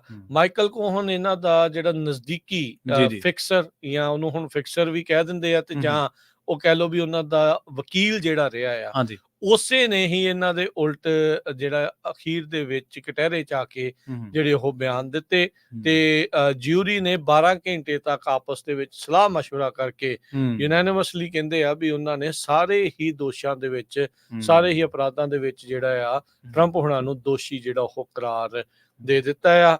ਇਸ ਤੋਂ ਬਾਅਦ ਦੇ ਵਿੱਚ ਜਿਹੜਾ ਜਾਰਜੀਆ ਦਾ ਮਸਲਾ ਹੈ, ਜਦੋਂ ਇਹਨਾਂ ਨੇ ਕਾਲ ਕੀਤੀ ਸੀਗੀ ਵੀ ਮੈਨੂੰ ਵੋਟਾਂ ਲੱਭ ਕੇ ਦਿਓ ਵੀ ਮੈਂ ਉੱਥੇ ਜਿਹੜਾ ਉਹ ਹਾਰ ਰਿਹਾ ਆ, ਉਸ ਤੋਂ ਬਾਅਦ ਦੇ ਵਿੱਚ ਜਿਹੜਾ ਹੁਣ ਦੇਖਣਾ ਹੋਊਗਾ ਵੀ ਕੀ ਬਣਦਾ ਆ। ਮੈਨਹੈਟਨ ਦੀ ਜਿਹੜੀ ਅਦਾਲਤ ਆ ਇਹ ਵਾਈਟ ਕਾਲਰ ਕ੍ਰਾਈਮ ਆ, ਇਸ ਦੇ ਉਲਟ ਕਾਫੀ ਜਿਹੜੀ ਕਹਿੰਦੇ ਆ ਵੀ ਜਾਂਦੇ ਰਹਿੰਦੇ ਆ ਉੱਥੋਂ ਦੇ ਡੀਏ ਵਾਲੇ ਆ। ਸੋ ਐਲਵਿਨ ਬ੍ਰੈਗ ਜਿਹੜਾ ਮੈਨਹੈਟਨ ਦਾ ਡੀਏ ਆ, ਉਸ ਦੇ ਉੱਤੇ ਵੀ ਇਹਨਾਂ ਨੇ ਨਿੱਜੀ ਵਾਰ ਇਹਨਾਂ ਦੇ ਸਪੋਰਟਰਸ ਦੇ ਦੁਆਰਾ ਉਹ ਪੁੱਠਾ ਸਿੱਧਾ ਬੋਲਣਾ, ਚਾਹੇ ਉਹ ਪ੍ਰੋਸੀਕਿਊਟਰ ਸੀਗੇ ਚਾਹੇ ਕੋਈ ਜਿਊਰਰ ਦਾ ਪਤਾ ਲੱਗਦਾ ਸੀ ਤਾਂ ਜਿਹੜੇ ਜੱਜ ਆ ਇਹਨਾਂ ਨੇ ਕੋਈ ਰਹਿਣ ਜਿਹੜੀ ਉਹ ਛੱਡੀ ਨਹੀਂ, ਜਿਹੜਾ ਉਹ ਸਾਰਾ ਕੁਝ ਇਹ ਕੀਤਾ ਤੇ ਹੁਣ ਇਵੈਂਚੁਅਲੀ ਜਿਹੜਾ ਇਹਨਾਂ ਨੂੰ ਦੋਸ਼ੀ ਜਿਹੜਾ ਉਹ ਕਰਾਰ ਦਿੱਤਾ ਗਿਆ ਹੈ। ਦੋਸ਼ੀ ਜਿਹੜੇ ਆ ਜਿਊਰੀ ਨੇ ਜਿਹੜਾ ਉਹ ਦੋਸ਼ੀ ਕਰਾਰ ਦੇ ਦਿੱਤਾ ਆ। 11 ਜੁਲਾਈ ਨੂੰ ਹੁਣ ਦੇਖੋ ਵੀ ਕੀ ਸੈਂਟੈਂਸਿੰਗ ਹੁੰਦੀ ਆ। ਇਹ ਵੀ ਇੱਕ ਵੱਡੀ ਜਿਹੜੀ ਚੀਜ਼ ਹੋਊਗੀ। 2016 ਦਾ ਇਹਨਾਂ ਦਾ ਕੈਂਪੇਨ ਦਾ ਸਲੋਗਨ ਸੀਗਾ, ਜਦੋਂ ਹੈਲਰੀ ਕਲਿੰਟਨ ਦੀ ਗੱਲ ਆਉਂਦੀ ਸੀ, ਜਿਹੜੀਆਂ ਉਹਦਾ ਈਮੇਲਾਂ ਦਾ ਜਿਹੜਾ ਉਹ ਮਸਲਾ ਸੀ ਵੀ ਲੌਕ ਹਰ ਅਪ, ਵੀ ਇਹਨੂੰ ਤਾਂ ਅੰਦਰ ਕਰ ਦੇਣਾ ਜਿਹੜਾ ਉਹ ਚਾਹੀਦਾ ਆ, ਜਦ ਕਿ ਕੋਈ ਦੋਸ਼ ਉਸ ਉੱਤੇ ਜਿਹੜਾ ਸਾਬਤ ਨਹੀਂ ਹੋਇਆ ਸੀ। ਹੁਣ ਇਹਨਾਂ ਤੇ ਦੋਸ਼ ਸਾਬਤ ਵੀ ਹੋ ਗਏ ਆ ਤੇ ਹੁਣ ਦੇਖਦੇ ਆ ਵੀ ਕੀ ਲੌਕ ਹਿਮ ਅਪ ਵਾਲੀ ਜਿਹੜੀ ਗੱਲ ਆ ਉਹ ਮੰਨਦੇ ਆ, ਸੁਣਦੇ ਆ ਜਾਂ ਨਹੀਂ। ਉਹ ਤਾਂ ਇਵੈਂਚੁਅਲੀ ਉਹਨਾਂ ਨੇ ਕਲੀਅਰ ਕਰ ਹੀ ਦਿੱਤਾ ਆ ਵੀ ਇਹ ਸਰਾਸਰ ਜਿਹੜਾ ਪੋਲੀਟੀਕਲ ਕਹਿੰਦੇ ਆ ਵੀ ਹਿੱਟ ਜੌਬ ਸਾਡੇ ਤੇ ਹੋਈ ਹੈਗੀ। ਤੁਸੀਂ ਇੱਕ ਬੜਾ ਅਹਿਮ ਨੁਕਤਾ ਫੜਿਆ ਰਾਜਕਰਨਵੀਰ ਸਿੰਘ ਜੀ ਕਿ ਪਹਿਲੇ ਰਾਸ਼ਟਰਪਤੀ ਜਿਹੜੇ ਇਸ ਤਰ੍ਹਾਂ ਜਿਹੜੇ ਸਾਬਕਾ ਰਾਸ਼ਟਰਪਤੀ ਜਿਹੜੇ ਕਨਵਿਕਟ ਹੋਏ ਨੇ, ਸੋ ਦੂਜੇ ਪਾਸੇ ਰਾਸ਼ਟਰਪਤੀ ਚੋਣਾਂ ਲੜਨ ਦੇ ਲਈ ਜਿਹੜੀ ਫੈਲਨ ਆ ਉਹਦੀ ਵੀ ਤੁਸੀਂ ਗੱਲ ਕੀਤੀ ਹੈ। ਹੁਣ ਦੇਖੋ ਇਹੀ ਸਿਸਟਮ ਰਿਫਾਈਨ ਹੁੰਦਾ ਨਾ ਹੌਲੀ ਹੌਲੀ, ਕਿ ਜਦੋਂ ਇਸ ਤੋਂ ਪਹਿਲਾਂ ਜਦੋਂ ਕੋਈ ਰਾਸ਼ਟਰਪਤੀ ਇਦਾਂ ਹੋਇਆ ਹੀ ਨਹੀਂਗਾ ਤੇ ਫਿਰ ਉਹਦੇ ਚ ਸੋਧ ਕਿਵੇਂ ਹੋਵੇ, ਹਨਾ। ਇਹ ਹੁਣ ਕਨਸਟੀਟਿਊਸ਼ਨਲਿਸਟ ਦੇ ਲਈ ਜਿਹੜੇ ਕਹਿ ਲੋ ਵੀ ਸੰਵਿਧਾਨ ਦੇ ਮਾਹਰ ਨੇ ਉਹਨਾਂ ਸਾਰਿਆਂ ਦੇ ਲਈ ਵੱਡੇ ਸਵਾਲ ਨੇ। ਬਹੁਤ ਕੁਝ ਪਹਿਲੀ ਵਾਰੀ ਜਿਹੜਾ ਉਹ ਜਦੋਂ ਵਾਪਰ ਰਿਹਾ ਹੁਣ ਅਮੈਂਡਮੈਂਟਸ ਦੇ ਲਈ ਕਈ ਚੀਜ਼ਾਂ ਜਿਹੜੀਆਂ ਹੋਣੀਆਂ ਆ ਉਹਨੂੰ ਕਿੱਦਾਂ ਤੁਸੀਂ ਸੰਵਿਧਾਨ ਨੂੰ ਇੰਟਰਪ੍ਰੀਟ ਕਰਦੇ ਆ, ਕਿੱਦਾਂ ਤੁਸੀਂ ਦੇਖਦੇ ਆ, ਇਹ ਜਿਹੜਾ ਹੁਣ ਦੇਖਣਾ ਆ। ਟਰੰਪ ਹੁਣਾਂ ਨੇ ਦੋਸ਼ੀ ਸਾਬਤ ਹੋਣ ਤੋਂ ਬਾਅਦ ਦੇ ਵਿੱਚ ਵੀ ਜਿਹੜੇ ਜੱਜ ਆ ਹੂੰ ਉਹਨਾਂ ਉੱਤੇ ਜਿਹੜਾ ਕਹ ਲਓ ਵੀ ਸ਼ਬਦੀ ਵਾਰ ਕਰਨੋਂ ਜਿਹੜੇ ਆ ਉਹ ਹੂੰ ਨਹੀਂ ਹਟੇ ਹੈਗੇ। ਹੂੰ ਤੇ ਜੇ ਦੂਜਿਆਂ ਵਾਲੇ ਦੇ ਉਲਟ ਕਰਦੇ ਆ, ਸੋ ਦੋਨੋਂ ਪਾਸੇ ਹਿਪੋਕ੍ਰੇਸੀ ਜਿਹੜੀ ਉਹ ਦੇਖਣ ਨੂੰ ਦੇਖਣ ਮਿਲਦੀ ਨੂੰ ਆ। ਮਿਲਦੀ, ਹਾਂਜੀ। ਜਦੋਂ ਤਾਂ ਇਹਨਾਂ ਦਾ ਹੱਕ ਵਾਲਾ ਜੱਜ ਉਹ ਮੁਕੱਦਮੇ ਨੂੰ ਅੱਗੇ ਪਾ ਦਿੰਦਾ ਆ, ਉਦੋਂ ਉਹ ਹੂੰ ਜੱਜ ਮਾੜਾ ਆ। ਹਾਂਜੀ, ਤੇ ਜਿਹੜੇ ਇਹ ਹੁਣ ਇਹਨਾਂ ਦੇ ਹੱਕ ਚ ਆ ਗਿਆ ਡੈਮੋਕ੍ਰੇਟਾਂ ਦੇ ਕਹਿ ਲਓ, ਇਹ ਤੇ ਚੰਗਾ ਇਹ ਜਿਹੜਾ ਜੱਜ ਚੰਗਾ ਹੋ ਜਾਂਦਾ ਆ। ਹਾਂਜੀ। ਪਰ ਇਹਦੇ ਨਾਲ ਇੱਕ ਚੀਜ਼ ਜਿਹੜੀ ਜ਼ਰੂਰ ਆ, ਹੂੰ। ਪੋਲੀਟੀਕਲ ਡਿਵਾਈਡ ਹੋਰ ਵੱਧ ਜਾਣਾ। ਹੂੰ ਲੋਕਾਂ ਦਾ ਜਿਹੜਾ ਜਸਟਿਸ ਸਿਸਟਮ ਦੇ ਵਿੱਚ ਭਰੋਸਾ ਆ, ਹੂੰ ਕਈਆਂ ਦਾ ਤਾਂ ਵੱਧ ਜਾਣਾ, ਇਹ ਸੋਚਦੇ ਹੋਏ ਵੀ ਲੈ ਵੀ ਇਹਨਾਂ ਨੇ ਤਾਂ ਸਾਬਕਾ ਰਾਸ਼ਟਰਪਤੀ ਵੀ ਨਹੀਂ ਛੱਡਿਆ। ਹੂੰ ਜਿਹੜੇ ਉਹਨਾਂ ਦੇ ਸਪੋਰਟਰ ਵਾਲੇ ਆ ਉਹ ਇਹ ਕਹਿਣਗੇ ਵੀ ਨਹੀਂ, ਇਹ ਤਾਂ ਸਿਰਫ ਤੇ ਸਿਰਫ ਆਪਣੇ ਆਪੋਜੀਸ਼ਨ ਨੂੰ ਬੰਦ ਕਰਾਉਣ ਦਾ ਜਿਹੜੀ ਉਹ ਗੱਲ ਆ। ਇਹ ਕਲੀਅਰ ਕਰਦੇ ਜਾਈਏ ਵੀ ਜਿਹੜਾ ਮੈਨਹੈਟਨ ਦਾ ਡੀਏ ਆ, ਡਿਪਾਰਟਮੈਂਟ ਆਫ ਜਸਟਿਸ ਨੂੰ, ਹਾਂਜੀ ਉਹ ਸਿੱਧਾ ਜਵਾਬਦੇਹ ਨਹੀਂ ਹੁੰਦਾ। ਉਹ ਇੱਕ ਆਪਣੇ ਡਿਸਟ੍ਰਿਕਟ ਦਾ, ਆਪਣੇ ਜ਼ਿਲ੍ਹੇ ਦਾ ਇੱਕ ਵੱਖਰਾ ਕਹ ਲਓ ਵੀ ਵਕੀਲ ਆ, ਸਭ ਠੀਕ ਤੋਂ ਆ। ਵੱਡਾ ਜਿਹੜਾ ਉਹ ਵਕੀਲ ਆ। ਤੇ ਉੱਥੇ ਇਦਾਂ ਦੇ ਮਸਲੇ ਜਿਹੜੇ ਆ ਉਹ ਅਕਸਰ ਕਰਦੇ ਜਿਹੜੇ ਉਹ ਰਹਿੰਦੇ ਆ। ਟਰੰਪ ਹੁਣਾਂ ਦੇ ਖੇਮੇ ਦੇ ਵੱਲੋਂ ਹਮੇਸ਼ਾ ਦੋਸ਼ ਲੱਗਦੇ ਰਹੇ ਵੀ ਇਹ ਡਿਪਾਰਟਮੈਂਟ ਆਫ ਜਸਟਿਸ ਦੇ ਕਹਿਣ ਦੇ ਉੱਤੇ, ਯਾਨੀ ਕਿ ਫੈਡਰਲ ਜਿਹੜਾ ਬਾਈਡਨ ਹੁਣਾਂ ਦੇ ਅੰਡਰ ਆਉਂਦਾ ਆ, ਵੀ ਉਹਦੇ ਕਹਿਣ ਦੇ ਉੱਤੇ ਸਾਰਾ ਜਿਹੜੀ ਖੇਡ ਆ ਉਹ ਖੇਡੀ ਗਈ ਹੈਗੀ ਆ। ਸੋ ਹਰ ਇੱਕ ਜਣਾ ਆਪੋ ਆਪਣੇ ਪੱਧਰ ਦੇ ਉੱਤੇ ਜਿਹੜੀ ਇਹ ਗੱਲ ਜਿਹੜੀ ਉਹ ਕਰ ਰਿਹਾ ਆ। ਪਰ ਟਰੰਪ ਹੁਣਾਂ ਨੂੰ ਹੁਣ 34 ਫੈਲਨੀਜ਼ ਦੇ ਵਿੱਚ ਕਨਵਿਕਟ ਜਿਹੜਾ ਉਹ ਕਰ ਦਿੱਤਾ ਗਿਆ ਆ। ਉਸ ਤੋਂ ਬਾਅਦ ਦੇ ਵਿੱਚ ਉਹਨਾਂ ਨੇ ਪੱਤਰਕਾਰਾਂ ਦੇ ਨਾਲ ਗੱਲਬਾਤ ਵੀ ਜਿਹੜੀ ਉਹ ਕੀਤੀ ਆ ਆਪਣੇ ਜਿਹੜੇ ਉੱਥੇ ਹੀ। ਉਹ ਕਹਿੰਦੇ ਵੀ ਹਾਂ, ਸੁਣਨ ਨੂੰ ਤਾਂ ਜਿਹੜਾ ਇਹ ਮਾੜਾ ਲੱਗਦਾ ਆ। ਜੱਜ ਜਿਹੜੇ ਆ ਉਹ ਬੜੇ ਕਨਫਲਿਕਟਡ ਜਿਹੜੇ ਉਹ ਮੈਨੂੰ ਨਜ਼ਰ ਆਏ ਆ। ਤੇ ਕਹਿੰਦੇ ਵੀ ਇਹ ਕੁਝ ਗੰਦੇ ਲੋਕਾਂ ਦੇ ਕਰਕੇ, ਬੈਡ ਪੀਪਲ ਜਿਹੜੇ ਰਿਸਪੌਂਸਿਬਲ ਆ ਮੇਰੀ ਜਿਹੜੀ ਇਸ ਕਨਵਿਕਸ਼ਨ ਦੇ ਲਈ। ਸੋ ਓਬਵੀਅਸਲੀ ਇਹਨਾਂ ਦਾ ਖੇਮਾ ਇਹ ਤੋਤਲੀ ਅਦਾਲਤ ਵਿੱਚ ਜਿਹੜੀ ਆ ਉਹ ਵੀ ਮੈਨੂੰ ਲੱਗਦਾ ਵੀ ਉਹ ਜਾਣਗੇ। ਸੋ ਲੈਟਸ ਸੀ ਕੀ ਹੁੰਦਾ ਆ। ਪਰ ਇਹਨਾਂ ਨੂੰ ਇਕਨੋਮਿਕ ਤੌਰ ਦੇ ਉੱਤੇ ਇਸ ਗੱਲੋਂ ਨੁਕਸਾਨ ਜਿਹੜਾ ਹੋਇਆ, ਜਿੱਦਾਂ ਹੀ ਇਹਨਾਂ ਦੀਆਂ ਫੈਲਨੀਜ਼ ਸਾਬਤ ਹੋਈਆਂ, ਟਰੁਥ ਸੋਸ਼ਲ ਦਾ ਜਿਹੜਾ ਆ ਉਹ 15% ਸਟਾਕ ਜਿਹੜਾ ਉਹ ਸਿੱਧਾ ਹੀ ਜਿਹੜਾ ਉਹ ਡਿੱਗ ਗਿਆ ਰਾਤੋਂ ਰਾਤ। ਪਰ ਅੱਜ ਜੇ ਦੇਖਿਆ ਜਾਵੇ ਤਾਂ ਉਹ ਫਿਰ ਹੁਣ 4% ਉਸਨੇ ਜਿਹੜਾ ਦੁਬਾਰਾ ਗੇਨ ਜਿਹੜਾ ਉਹ ਕਰ ਲਿਆ ਹੈਗਾ ਆ। ਤੇ ਇਸ ਤੋਂ ਬਾਅਦ ਦੇ ਵਿੱਚ ਜਦੋਂ ਤੋਂ ਕਨਵਿਕਸ਼ਨ ਹੋਈ ਆ, ਉਹ ਤੋਂ ਲੈ ਕੇ ਹੁਣ ਤੱਕ ਟਰੰਪ ਕੈਂਪੇਨ ਦੱਸ ਰਿਹਾ ਵੀ 34.8 ਮਿਲੀਅਨ ਜਿਹੜੇ ਆ ਉਹ ਸਮਾਲ ਡਾਲਰ ਡੋਨੇਸ਼ਨਸ ਜਿਹੜੀਆਂ ਆ ਵਰਡਿਕਟ ਤੋਂ ਬਾਅਦ ਚ ਉਹਨਾਂ ਨੂੰ ਜਿਹੜੀਆਂ ਉਹ ਮਿਲ ਚੁੱਕੀਆਂ ਹੈਗੀਆਂ ਆ। ਸੋ ਲੋਕ ਜਿਹੜੇ ਸਪੋਰਟਰ ਆ ਉਹ ਵੀ ਪੂਰੇ ਜਿਹੜੀ ਉਹ ਸਪੋਰਟ ਦੇ ਵਿੱਚ ਲੱਗੇ, ਉਹਨਾਂ ਨੂੰ ਨਹੀਂ ਕੋਈ ਮੈਟਰ ਜਿਹੜਾ ਆ ਉਹ ਕਰ ਰਿਹਾ ਹੈਗਾ। ਤੇ ਹੁਣ ਜਿਹੜੇ ਰਿਪਬਲਿਕਨ ਪਾਰਟੀ ਵਾਲੇ ਉਹ ਕਾਫੀ ਕਹਿ ਰਹੇ ਆ ਵੀ ਇਹ ਕਿਤੇ ਨਾ ਕਿਤੇ ਪੋਲੀਟੀਕਲੀ ਮੋਟੀਵੇਟਡ ਜਿਹੜੀ ਕਨਵਿਕਸ਼ਨ ਆ ਇਹ ਹੋਈ ਆ। ਸੋ ਟਾਈਮ ਵਿਲ ਟੈਲ ਕੀ ਇਸ ਦੇ ਵਿੱਚ ਜਿਹੜਾ ਉਹ ਹੁੰਦਾ ਆ। ਹਾਂਜੀ ਜੀ, ਬਲਕਿ ਪਰ ਇਹ ਹੋਣਾ ਇਹ ਚਾਹੀਦਾ ਕਿ ਜਿਹੜਾ ਡੈਮੋਕ੍ਰੈਟਿਕ ਸਿਸਟਮ ਆ ਜਾਂ ਇਹਦੀ ਮੈਚਿਓਰਿਟੀ ਹੈ, ਉਹ ਕਿਸੇ ਵਿਅਕਤੀ ਵਿਸ਼ੇਸ਼ ਜਾਂ ਕਿਸੇ ਇੰਡੀਵਿਜੂਅਲ ਦੀ ਰਾਏ ਤੇ ਨਹੀਂ ਡਿਪੈਂਡ ਕਰਦੀ ਹੁੰਦੀ। ਕਨਸਟੀਟਿਊਸ਼ਨ ਭਾਵਨਾ ਕੀ ਹੈ, ਸੰਵਿਧਾਨਕ ਭਾਵਨਾ ਕੀ ਕਹਿੰਦੀ ਹੈ, ਜੁਡੀਸ਼ੀਅਰੀ ਜਸਟਿਸ ਡਿਲੀਵਰ ਕਿਵੇਂ ਹੋ ਰਿਹਾ, ਉਹਨਾਂ ਚੀਜ਼ਾਂ, ਇਹ ਵੀ ਚੀਜ਼ਾਂ ਕਾਊਂਟ ਕੀਤੀਆਂ ਜਾਂਦੀਆਂ ਵਿੱਚ। ਜੀ ਬਿਲਕੁਲ ਜੀ। ਸੋ ਸਾਰਾ ਕੁਝ ਜਿਹੜਾ ਉਹ ਨਾਲ ਦੇ ਨਾਲ ਹੀ ਚੱਲ ਰਿਹਾ ਹੈਗਾ। ਸੋ ਜਿੰਨਾ ਵੀ ਅਪਡੇਟਸ ਇਸ ਦੇ ਵਿੱਚ ਆਉਂਦੀਆਂ ਗਈਆਂ, ਆਪਾਂ ਆਪਣੇ ਸਰੋਤਿਆਂ ਦੇ ਨਾਲ ਉਸ ਨੂੰ ਸ਼ੇਅਰ ਕਰਦੇ ਜਾਵਾਂਗੇ। ਜੀ, ਰਾਜਕਰਮਵੀਰ ਸਿੰਘ ਜੀ, ਅਗਲੀ ਖਬਰ ਦੇ ਵੱਲ ਵਧੀਏ ਤੇ ਲੰਘੇ ਦਿਨੀ ਇੱਕ ਜਿਹੜਾ 에ਅਰ ਸਟ੍ਰਾਈਕ ਕੀਤੇ ਗਏ ਸੀਗੇ ਇਜ਼ਰਾਈਲ ਦੇ ਵੱਲੋਂ ਹਮਾਸ ਦੇ ਟਿਕਾਣਿਆਂ ਨੂੰ ਕਹਿ ਕੇ ਰਫਾਹ ਦੇ ਇਲਾਕਿਆਂ ਦੇ ਵਿੱਚ, ਸਦਰਨ ਗਾਜ਼ਾ ਸਿਟੀ ਦੇ ਵਿੱਚ, ਗਾਜ਼ਾ ਦੇ ਇਲਾਕਿਆਂ ਦੇ ਵਿੱਚ, ਮਾਫ ਕਰਨਾ, 45 ਜਿਹੜੇ ਉੱਥੇ ਲੋਕ ਸੀਗੇ ਉਹਨਾਂ ਨੇ ਉੱਥੇ ਆਸਰਾ ਲਿਆ ਹੋਇਆ ਸੀਗੇ ਤੇ ਮਾਰੇ ਗਏ ਇਹਨਾਂ ਜਿਹੜੇ ਅਟੈਕ ਕੀਤੇ ਗਏ ਇਜ਼ਰਾਈਲ ਵੱਲੋਂ। ਹੁਣ ਜਿਹੜੇ ਡਿਫੈਂਸ ਐਕਸਪਰਟਸ ਨੇ ਉਹਨਾਂ ਨੇ ਇਹ ਗੱਲ ਕਹੀ ਹੈ ਕਿ ਬਹੁਤ ਭਾਰੇ ਜਿਹੜੇ ਬੰਬ ਨੇ, ਜਿਹੜੇ ਕਿ US ਦੇ ਹੀ ਸੀਗੇ ਬੰਬ, ਉਹ ਜਦੋਂ ਡਿੱਗ ਗਏ ਤਾਂ ਇਹ ਇਜ਼ਰਾਈਲ ਦੇ ਵੱਲੋਂ ਕੀਤੀ ਇੱਕ ਹੋਰ ਕਹਿ ਲਈਏ ਕਿ ਜ਼ਾਲਮਾਨਾ ਇੱਕ ਹਰਕਤ ਹੈ, ਜਦ ਕਿ ਬਚਿਆ ਜਾ ਸਕਦਾ ਸੀਗਾ। ਇਜ਼ਰਾਈਲ ਨੇ ਇਹ ਦੋਸ਼ ਲਾਇਆ ਸੀਗਾ ਕਿ ਉੱਥੇ ਹਮਾਸ ਦੇ ਕੁਝ ਆਪਰੇਟਿਵਸ ਨੇ ਜਿਹੜੇ ਉੱਥੇ ਆਪਰੇਟ ਕਰ ਰਹੇ ਨੇ ਜਾਂ ਉੱਥੇ ਲੁਕੇ ਹੋਏ ਨੇ, ਸਾਨੂੰ ਇਹ ਪਤਾ ਲੱਗਿਆ। ਪਰ ਕਹਿੰਦੇ ਕਿ ਜੇਕਰ ਤੁਸੀਂ ਉੱਥੇ ਉਹਨਾਂ ਨੂੰ ਮਾਰਨਾ ਸੀਗਾ ਜਾਂ ਉਹਨਾਂ ਨੂੰ ਨਿਸ਼ਾਨਾ ਬਣਾਉਣਾ ਸੀਗਾ, ਕਿ ਇੰਨੇ ਭਾਰੇ ਤੁਸੀਂ ਜਿਹੜੇ ਬੰਬ ਨੇ ਜਾਂ ਹੋਰ ਜਿੰਨੇ ਵੀ ਤੁਸੀਂ ਹਮਲੇ ਜਿਸ ਤਰੀਕੇ ਨਾਲ ਕੀਤੇ ਗਏ, ਕਿ ਇੰਨੇ ਵੱਡੇ ਤੁਸੀਂ ਬੰਬ ਉੱਥੇ ਸਿੱਟਣੇ ਸੀਗੇ। ਸੋ ਇਹ ਇੱਕ ਚਰਚਾ ਹੁਣ ਵਿਸ਼ਵ ਭਰ ਦੇ ਵਿੱਚ ਚੱਲਣ ਲੱਗੀ ਹੈ, ਕਿਉਂਕਿ ਜਿਹੜੇ ਇਲਾਕਿਆਂ ਦੇ ਵਿੱਚ ਇਹ ਸਟ੍ਰਾਈਕ ਕੀਤੀ ਗਈ ਸੀ, ਉੱਥੋਂ ਪਤਾ ਲੱਗਿਆ ਕਿ ਜਿਹੜਾ ਤਕਰੀਬਨ ਮਹਿਜ਼ 1.7 ਕਿਲੋਮੀਟਰ ਤੇ ਜਿਹੜਾ ਹਿਊਮੈਨਿਟੇਰੀਅਨ ਜ਼ੋਨ ਸੀਗਾ, ਜਿੱਥੇ ਇਹਨਾਂ ਨੇ ਹਮਾਸ ਦੇ ਟਿਕਾਣਿਆਂ ਨੂੰ ਕਹਿ ਕੇ ਨਿਸ਼ਾਨਾ ਬਣਾਇਆ। ਪਰ ਹੁਣ ਕਿਹਾ ਜਾ ਰਿਹਾ ਕਿ ਇਜ਼ਰਾਈਲ ਦੀ ਇਹਨਾਂ ਆਪਹੁਦਰੀਆਂ ਦੇ ਨਾਲ ਮਨੁੱਖਤਾ ਦਾ ਬਹੁਤ ਜ਼ਿਆਦਾ ਨੁਕਸਾਨ ਹੋਇਆ। ਇਨਵੈਸਟੀਗੇਸ਼ਨਸ ਇਹ ਗੱਲ ਕਹਿ ਰਹੀਆਂ ਨੇ ਕਿ ਜਿਹੜੀਆਂ ਸਿਵਿਲੀਅਨਸ ਨੇ ਉਹਨਾਂ ਨੂੰ ਲਗਾਤਾਰ ਟਾਰਗੇਟ ਕੀਤਾ ਜਾ ਰਿਹਾ, ਹਮਾਸ ਦੇ ਟਿਕਾਣੇ ਕਹਿ ਕੇ, ਹਮਾਸ ਦੇ ਬੰਦੇ ਕਹਿ ਕੇ ਜਾਂ ਜੋ ਵੀ ਕਹਿ ਕੇ। ਪਰ ਇਹਦੇ ਵਿੱਚ ਕਦੇ ਇਹ ਸੋਚਿਆ ਨਹੀਂ ਗਿਆ, ਕਦੇ ਇਹ ਪਹਿਲਾਂ ਕਿਆਫਿਆ ਨਹੀਂ ਗਿਆ ਕਿ ਜੇਕਰ ਇੱਥੇ ਆਪਾਂ 에ਅਰ ਸਟ੍ਰਾਈਕ ਕਰਾਂਗੇ ਜਾਂ ਇੱਥੇ ਆਪਾਂ ਹਮਲੇ ਕਰਾਂਗੇ ਤਾਂ ਉਹਦੇ ਨਾਲ ਕਿੰਨਾ ਮਨੁੱਖਤਾ ਦਾ ਜਿਹੜਾ ਨੁਕਸਾਨ ਉਹ ਹੋ ਜਾਣਾ ਹੈ। ਆਪਾਂ ਦੇਖਿਆ ਕਿ ਇਜ਼ਰਾਈਲ ਨੇ ਇਸ ਜੰਗ ਦੇ ਵਿੱਚ, ਇਸ ਲੜਾਈ ਦੇ ਵਿੱਚ ਬਹੁਤ ਸਾਰੀਆਂ ਹੱਦਾਂ ਲੰਘੀਆਂ ਨੇ। ਜਿਹੜੇ ਸ਼ੈਲਟਰਸ ਹੋਮ ਨੇ ਜਾਂ ਜਿਹੜੇ ਸ਼ਰਨਾਰਥੀ ਕੈਂਪ ਨੇ, ਉਹਨਾਂ ਨੇ ਤਾਂ ਹਮਲੇ ਕੀਤੇ ਨੇ ਉਹਨਾਂ ਦੇ ਤਾਂ। ਇਜ਼ਰਾਈਲ ਨੇ ਤਾਂ ਹਸਪਤਾਲਾਂ ਦੇ ਵਿੱਚ ਜਾ ਕੇ ਜ਼ੇਰੇ ਇਲਾਜ ਲੋਕਾਂ ਤੱਕ ਜਿਹੜੇ ਉਹ ਨਹੀਂ ਛੱਡੇ ਇਸ ਜੰਗ ਦੇ ਵਿੱਚ। ਤੇ ਜਿੱਥੇ ਟਿਕਾਣੇ ਸੀ ਉਹਨਾਂ ਟਨਲਸ ਦੇ ਵਿੱਚ ਕਹਿੰਦੇ ਸੀ ਹਮਾਸ ਦੇ ਟਿਕਾਣੇ ਆ, ਪਰ ਉੱਥੇ ਜਿਹੜੇ ਸ਼ਰਨਾਰਥੀ ਬੈਠੇ ਸੀ, ਗਾਜ਼ਾ ਦੇ ਲੋਕ ਬੈਠੇ ਸੀ, ਉੱਥੇ ਪਾਣੀ ਤੱਕ ਛੱਡ ਦਿੱਤਾ ਗਿਆ ਕਿ ਉਹ ਇੱਥੇ ਕਿਤੇ ਪਨਾਹ ਨਾ ਲੈ ਲੈਣ। ਜੀ। ਜੀ। ਅਗਲੀ ਗੱਲ ਕਰੀਏ, ਡੈਮੋਕ੍ਰੇਟ ਪਾਰਟੀ ਦੇ ਇੱਕ ਟਾਈਮ ਦੇ ਉੱਤੇ ਕਾਫੀ ਕਹਿ ਲਓ ਵੀ ਕੰਜ਼ਰਵੇਟਿਵ ਲੀਨਿੰਗ ਜੋ ਮੈਨਸ਼ਨ ਜਿਹੜੇ ਸੈਨੇਟਰ ਆ, ਉਹਨਾਂ ਨੇ ਡੈਮੋਕ੍ਰੇਟ ਪਾਰਟੀ ਦਾ ਸਾਥ ਛੱਡ ਦਿੱਤਾ ਆ। ਜੀ। ਉਹਨਾਂ ਨੇ ਆਪਣੇ ਆਪ ਨੂੰ ਹੁਣ ਐਜ਼ ਏ ਇੰਡੀਪੈਂਡੈਂਟ ਫਾਈਲ ਕਰ ਦਿੱਤਾ ਆ। ਬਹੁਤ ਵਾਰੀ ਦੇਖਿਆ ਗਿਆ ਬਾਈਡਨ ਪ੍ਰਸ਼ਾਸਨ ਉਹਨਾਂ ਨੂੰ ਸੈਨੇਟ ਦੇ ਵਿੱਚ ਜਿਹੜਾ ਉਹ ਹਾਰ ਦਾ ਸਾਹਮਣਾ ਡੈਮੋਕ੍ਰੇਟ ਪਾਰਟੀ ਨੂੰ ਇਸ ਲਈ ਵੀ ਕਰਨਾ ਪਿਆ ਵੀ ਜੋ ਮੈਨਸ਼ਨ ਜਿਹੜੀ ਪਾਰਟੀ ਲਾਈਨ ਤੋਂ ਉਲਟ ਜਾ ਕੇ ਜਿਹੜੀ ਉਹ ਵੋਟ ਪਾਉਂਦੇ ਰਹੇ ਹੈਗੇ ਆ। ਜੀ।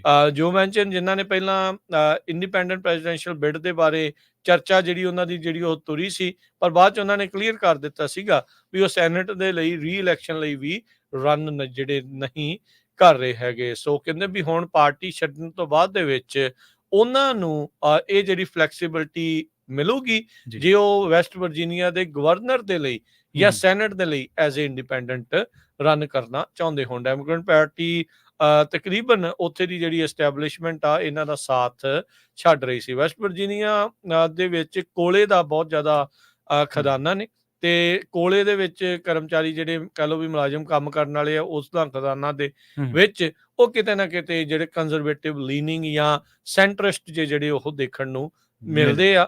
ਤੇ ਜਿਹੜਾ ਪ੍ਰੋਗਰੈਸਿਵ ਏਜੰਡਾ ਆ ਜੀ। ਉਹ ਉਹੋ ਜਿਹੀਆਂ ਸਟੇਟਾਂ ਦੇ ਵਿੱਚ ਚੱਲਦਾ ਨਹੀਂ ਆ। ਸੋ ਜੋ ਮੈਨਸ਼ਨ ਨੇ ਆਪਣਾ ਜਿਹੜਾ ਸਟਾਂਸ ਆ ਕਾਫੀ ਵਾਰੀ ਇਸੇ ਲਈ ਡੈਮੋਕ੍ਰੇਟ ਪਾਰਟੀ ਤੋਂ ਥੋੜਾ ਵੱਖਰਾ ਵੀ ਜਿਹੜਾ ਉਹ ਰੱਖਿਆ ਹੈਗਾ ਆ। ਸੋ ਕਹਿੰਦੇ ਵੀ ਗਵਰਨਰ ਦੇ ਰਨ ਦੇ ਲਈ ਉਹ ਕਾਫੀ ਸੀਰੀਅਸ ਜਿਹੜੇ ਉਹ ਨਜ਼ਰ ਆ ਰਹੇ ਹੈਗੇ ਆ।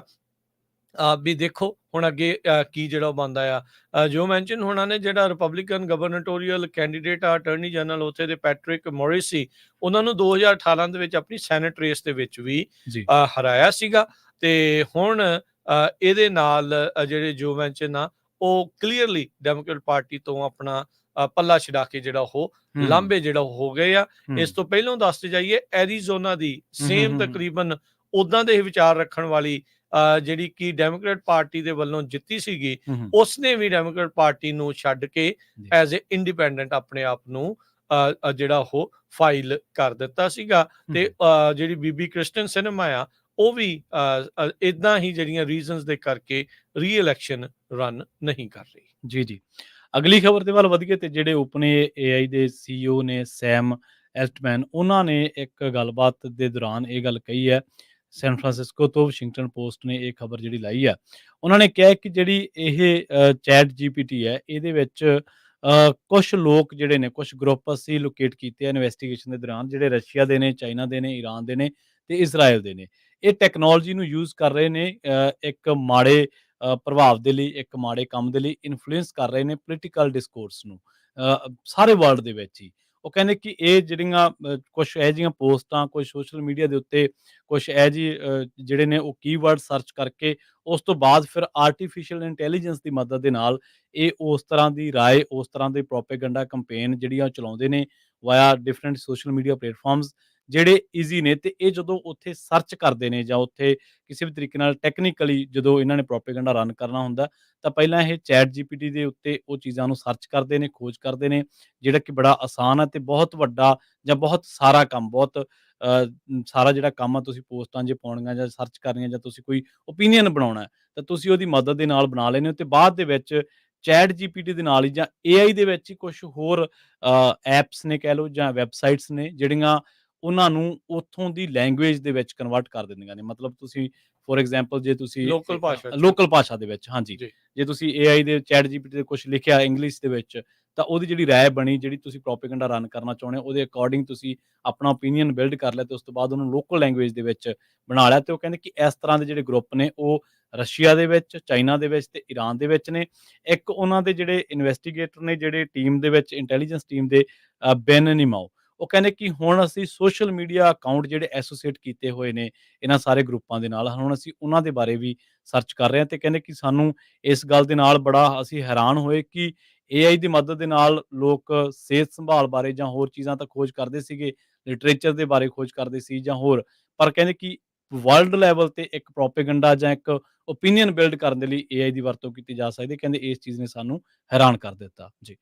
ਜੀ, ਇੱਕ ਬ੍ਰੇਕ ਦਾ ਵਕਤ ਹੋ ਗਿਆ, ਬ੍ਰੇਕ ਲਵਾਂਗੇ। ਬ੍ਰੇਕ ਤੋਂ ਬਾਅਦ ਦੇ ਵਿੱਚ ਹੋਰ ਖਬਰਾਂ ਦੇ ਉੱਤੇ ਨਜ਼ਰ ਮਾਰਾਂਗੇ। ਜੁੜੇ ਰਹੋ ਏਦਾਂ ਹੀ ਪੰਜਾਬੀ ਰੇਡੀਓ ਯੂਐਸਏ USA ਦੇ ਦੇ ਨਾਲ। ਨਾਲ।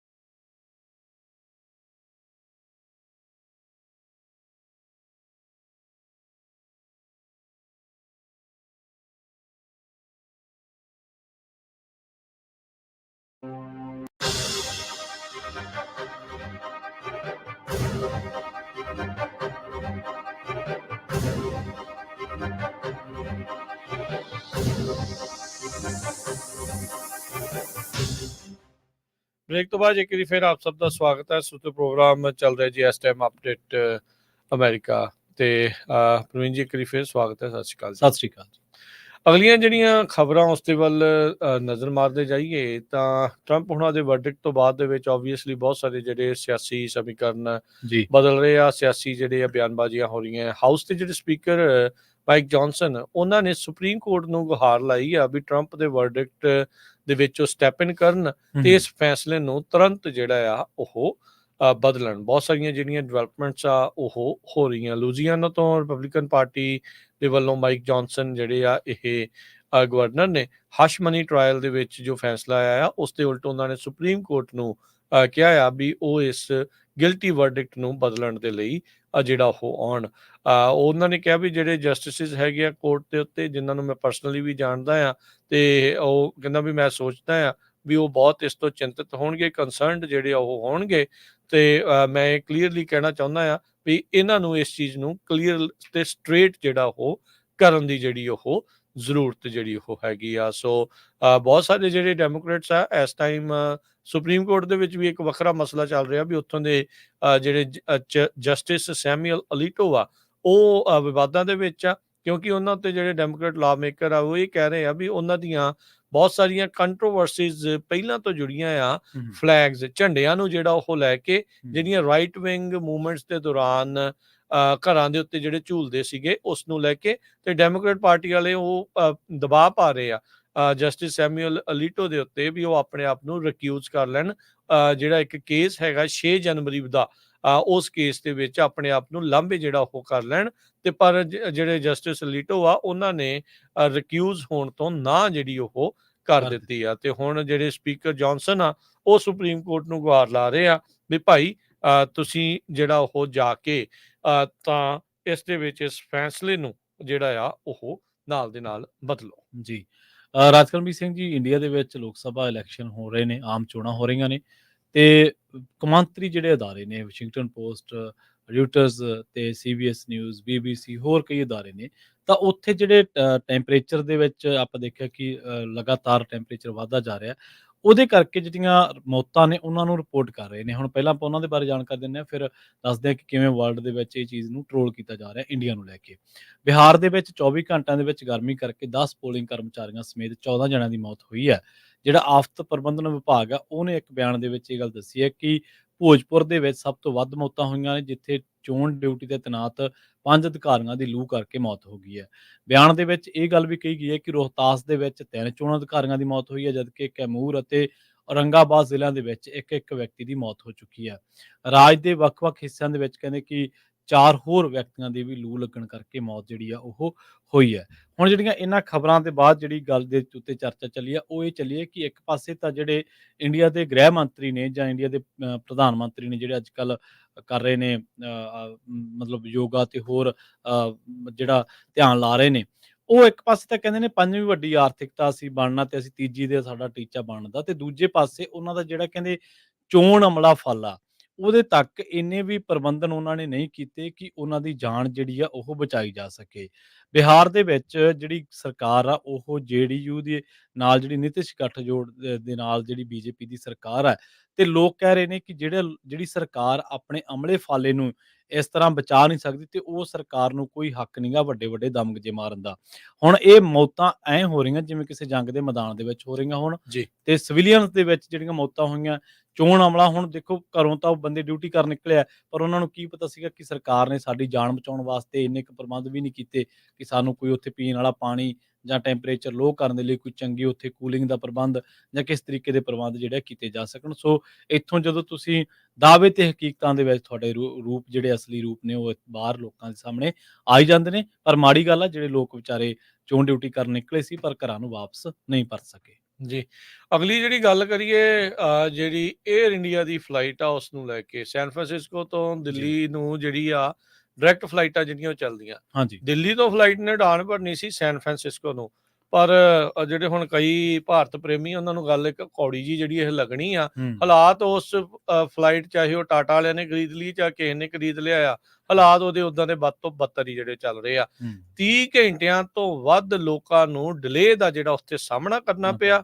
ਇਹੀ ਨਹੀਂ, ਇਹਨਾਂ ਨੇ ਤਾਂ ਲੋਕਾਂ ਨੂੰ ਜਾਨਵਰਾਂ ਵਾਂਗ ਪਿੰਜਰੇ 'ਚ ਕੈਦ ਕਰਕੇ ਰੱਖਿਆ, ਅੰਦਰ ਬਿਠਾਤੇ, ਏਸੀ ਬੰਦ ਕਰਤੇ, ਨਾ ਨਿਕਲਣ ਦੇਣ, ਨਾ ਇਹ ਜਿਹੜੀ ਉਡਾਨ ਭਰਨ।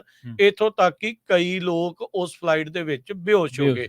ਇੱਕ ਬੀਬੀ ਨੇ ਜਿਹੜਾ ਟਵਿੱਟਰ ਦੇ ਉੱਤੇ, ਜਿਹਦਾ ਪਹਿਲਾ ਨਾਂ ਟਵਿੱਟਰ ਸੀ, ਐਕਸ ਦੇ ਉੱਤੇ ਇਹ ਪੂਰੀ ਦੁਰਦਸ਼ਾ ਨੂੰ ਜਿਹੜਾ ਉਹਨੇ ਪੋਸਟ ਕੀਤਾ। 30 ਮਈ ਨੂੰ ਇਹ ਜਿਹੜੀ ਚੱਲਣੀ ਸੀਗੀ ਫਲਾਈਟ, ਬਾਅਦ ਚ 31 ਮਈ ਨੂੰ ਸਵੇਰੇ 11 ਵਜੇ ਜਿਹੜੀ ਆ ਉਹ ਤੁਰੀ ਆ। ਤੇ ਹਾਲਾਤ ਜਿਹੜੇ ਲੋਕਾਂ ਦੇ ਮਾੜੇ ਆ, ਤੁਸੀਂ ਤਸਵੀਰਾਂ ਦੇਖ ਸਕਦੇ ਆ, ਲੋਕ ਹੱਕੇ ਬੱਕੇ ਨੇ, ਹਾਲ ਬੇਹਾਲ ਨੇ। ਤੇ ਬੇਹੋਸ਼ ਹੋਣ ਤੋਂ ਬਾਅਦ ਦੇ ਵਿੱਚ ਜੇ ਕੋਈ ਜਦੋਂ ਅੰਦਰ ਬੇਹੋਸ਼ ਹੋਇਆ, ਏਸੀ ਬੰਦ ਕੀਤਾ ਹੋਇਆ, ਹਵਾ ਤੱਕ ਨਹੀਂ ਜਿਹੜੀ ਉੱਥੇ ਉਹਨਾਂ ਨੇ ਛੱਡੀ ਹੋਈ। ਤੇ ਉਸ ਤੋਂ ਬਾਅਦ ਦੇ ਵਿੱਚ ਜਾ ਕੇ ਜਦੋਂ ਕੋਈ ਬੇਹੋਸ਼ ਹੋਏ, ਫਿਰ ਇਹਨਾਂ ਨੇ ਬਾਹਰ ਜਿਹੜਾ ਉਹ ਜਾਣ ਦਿੱਤਾ। ਕਹੀ ਜਾਂਦੇ ਆ ਜੀ ਕੋਈ ਜੀ ਸਿਸਟਮ ਦਾ ਐਰਰ ਆ ਗਿਆ, ਇਹ ਹੈ ਉਹ ਹੈ।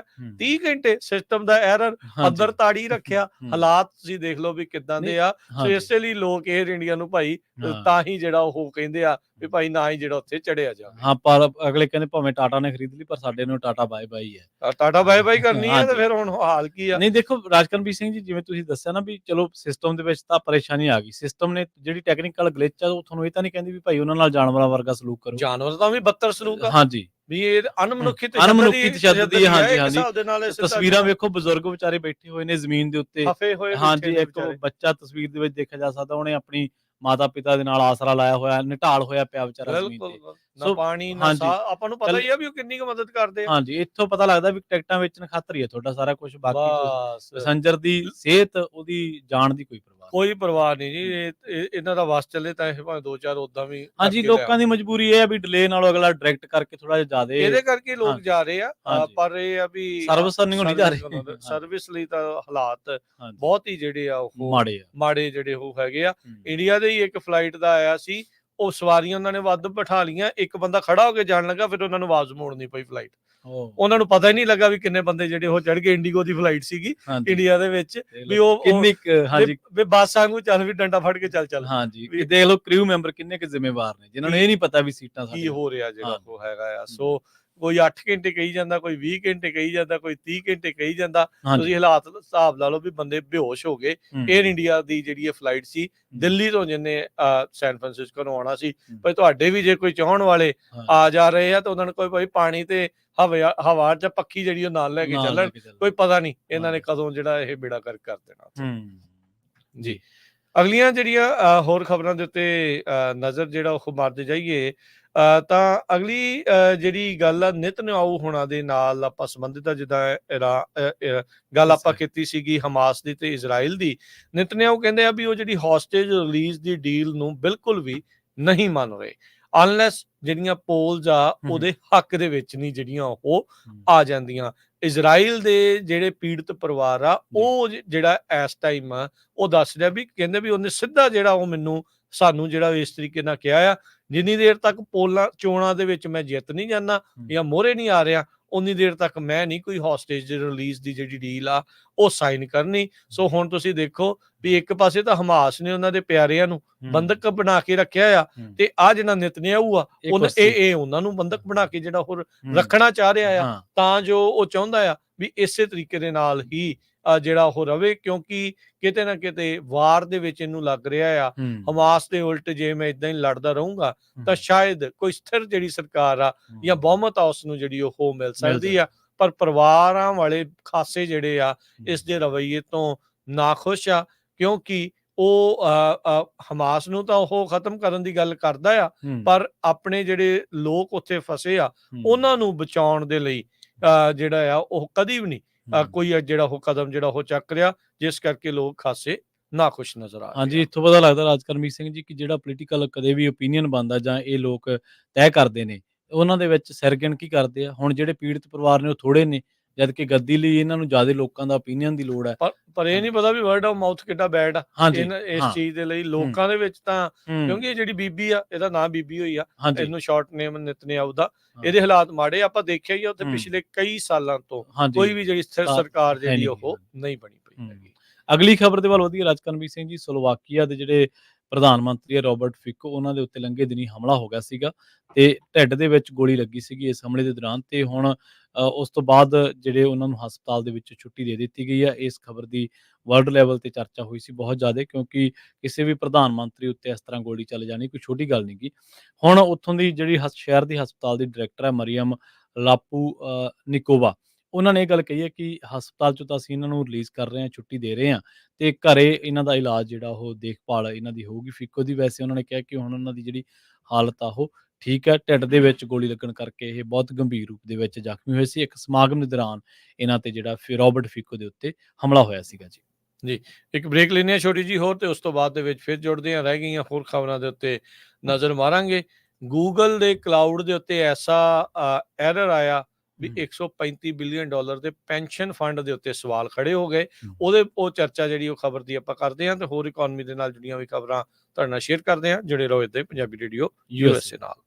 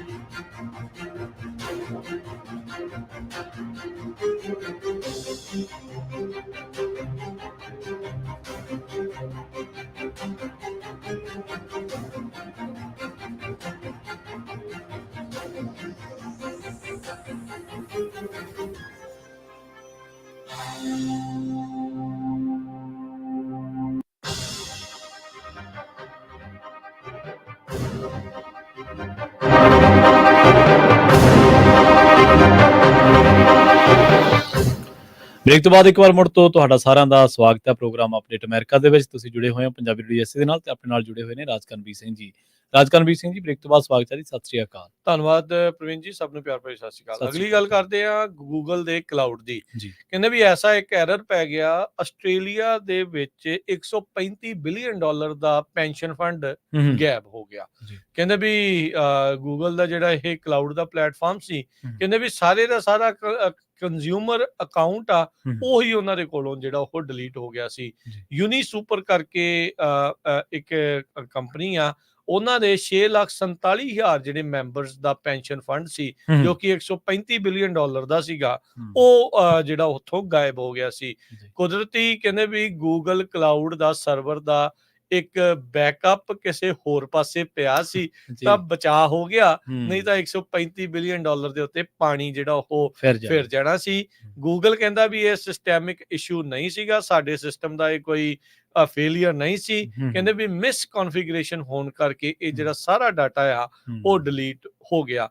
ਇੱਥੋਂ ਇਹ ਸਾਰਿਆਂ ਦੇ ਲਈ ਇਹ ਜਾਣਨ ਵਾਲੀ ਗੱਲ ਆ ਤੇ ਸਮਝਣ ਵਾਲੀ ਗੱਲ ਆ। ਇੱਕ ਵਾਰੀ ਫੇਰ ਵੀ ਭਾਈ ਤੁਹਾਡਾ, ਤੁਸੀਂ ਆਪਣੇ ਆਪ ਦਾ ਕੋਈ ਵੀ ਜਿਹੜਾ ਤੁਹਾਡਾ ਅਹਿਮ ਡਾਟਾ ਆ, ਜੇ ਉਹ ਤੁਸੀਂ ਕਿਤੇ ਬੈਕਅਪ ਕਰਕੇ ਰੱਖਿਆ ਆ ਤੇ ਇੱਕ ਹੋਰ ਥਾਂ ਦੇ ਉੱਤੇ ਵੀ ਰੱਖੋ, ਤਾਂ ਜੋ ਰੱਬ ਨਾ ਕਰੇ ਕਿਤੇ ਇੱਕ ਪਾਸੇ ਮੁਸ਼ਕਲ ਆਉਂਦੀ ਹੈ ਤੇ ਤੁਹਾਡਾ ਦੂਜੀ ਥਾਂ ਤੋਂ ਡਾਟਾ ਜਿਹੜਾ ਉਹ ਰਿਕਵਰ ਹੋ ਸਕੇ। ਗੂਗਲ ਦੇ ਲਈ ਕਹਿੰਦੇ ਵੀ 2024 ਥੋੜਾ ਔਖਾ ਹੀ ਰਿਹਾ ਆ।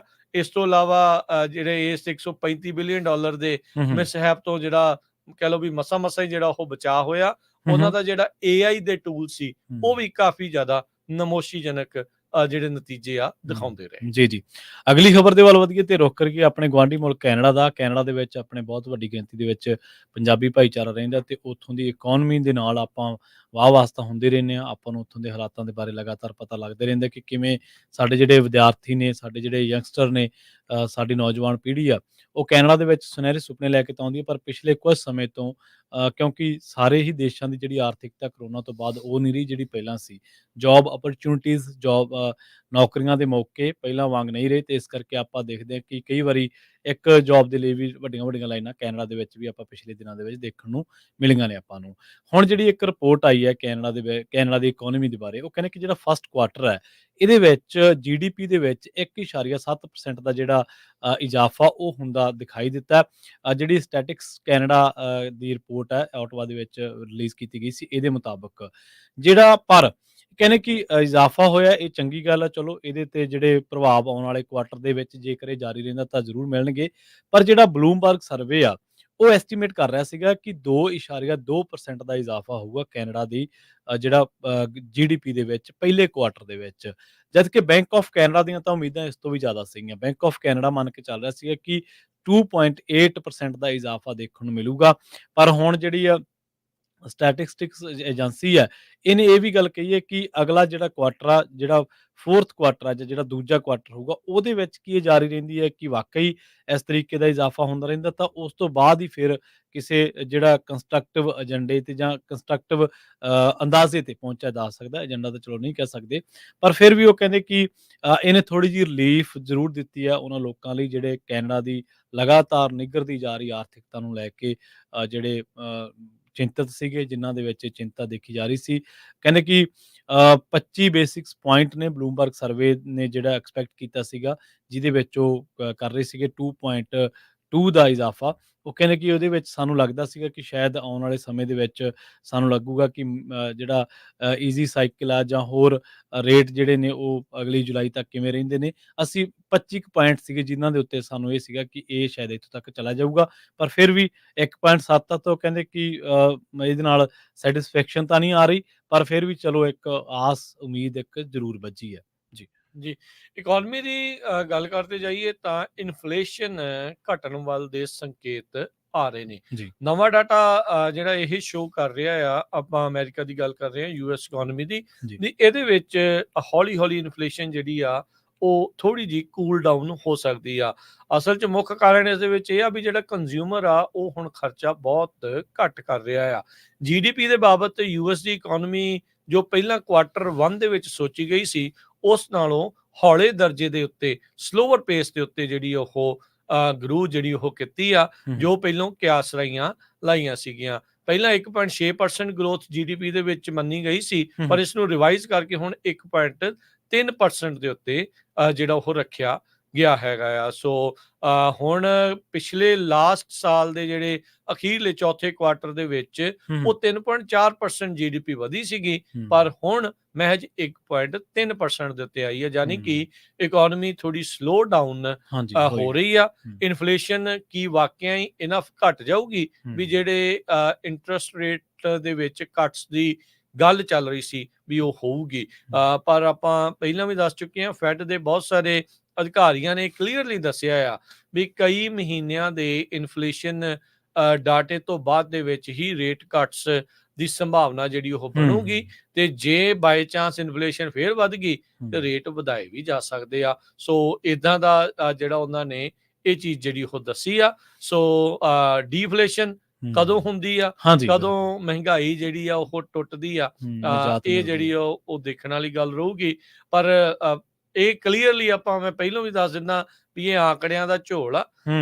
ਇਹ ਜਿਹੜਾ ਹੁਣ ਆਪਾਂ ਪਿਛਲੇ ਸਾਲ ਦੇ ਮੁਕਾਬਲੇ ਸਾਰੀ ਇਨਫਲੇਸ਼ਨ ਡਾਟਾ ਜਿਹੜਾ ਉਹ ਆਪਾਂ ਦੇਖ ਰਹੇ ਆ, ਨਾ ਕਿ 2020 ਦੇ ਹਿਸਾਬ ਦੇ ਨਾਲ, ਜਦੋਂ ਪਹਿਲਾਂ ਹੀ ਜਿਹੜੇ ਪ੍ਰਾਈਸਿਸ ਸੀ ਉਹ ਕਦੀ ਨਹੀਂ ਆਉਣ ਵਾਲੇ। ਲੱਗਦਾ ਨਹੀਂ ਵੀ ਉਹ ਮਹਿੰਗਾਈ ਦੀ ਮਾਰ ਜਿਹੜੀ ਇੱਕ ਟਾਈਮ ਦੇ ਉੱਤੇ ਇਹ ਅਸਮਾਨ ਨੂੰ ਛੂ ਗਈ ਆ। ਉਹ ਮਾੜੀ ਮੋਟੀ ਭਾਵੇਂ ਥੱਲੇ ਆ ਜਾਵੇ ਤਾਂ ਆ ਜਾਵੇ, ਪਰ ਨਹੀਂ ਤਾਂ ਇਸ ਨੇ ਕੰਮ ਵੱਧਦਾ ਹੀ ਜਿਹੜਾ ਉਹ ਜਾਣਾ ਹੈ। ਜੀ ਜੀ, ਸਮਾਂ ਸਮਾਪਤ ਹੈ। ਮਿਲਾਂਗੇ ਆਪਾਂ ਆਪਣੇ ਸਾਰੇ ਸਰੋਤਿਆਂ ਨੂੰ ਅਗਲੀ ਵਾਰ। ਉਸ ਤੋਂ ਪਹਿਲਾਂ ਦੱਸਦੇ ਜਾਈਏ, ਫ੍ਰੈਜ਼ਨੋ ਇਲਾਕੇ ਦੇ ਲੋਕਾਂ ਦੇ ਲਈ ਜਿਹੜੇ ਰੈਫਲ ਡਰਾ ਆ ਉਹ ਹੁਣ ਸ਼ੁਰੂ ਕੀਤਾ ਆ। 1300 AM ਤੇ 104.5 FM ਨੂੰ ਜੇ ਤੁਸੀਂ ਸੁਣ ਰਹੇ ਆ, ਜਿੱਥੇ ਜਿੱਥੇ ਵੀ ਸੁਣਦੇ ਆ, ਚਾਹੇ ਫ੍ਰੈਜ਼ਨੋ ਆ, ਮਡੇਰਾ ਆ, ਸੈਲਮਾ ਆ, ਫਾਉਲਰ ਆ, ਕਰਦਰ ਆ, ਕਰਮਨ ਆ, ਇਸ ਦੇ ਇਰਦ ਗਿਰਦ ਦੇ ਜਿੰਨੇ ਵੀ ਹੋਰ ਸ਼ਹਿਰ ਆ ਜਿਨ੍ਹਾਂ ਦੇ ਨਾਮ ਅਸੀਂ ਨਹੀਂ ਵੀ ਲੈ ਸਕੇ, ਤਾਂ ਤੁਸੀਂ ਕਾਲ ਕਰਨੀ ਆ 408-272-5200 ਦੇ ਉੱਤੇ, ਤੇ ਇਸ ਰੈਫਲ ਦੇ ਵਿੱਚ ਆਪਣੀ ਐਂਟਰੀ ਤੁਸੀਂ ਕਰਵਾਉਣੀ ਆ।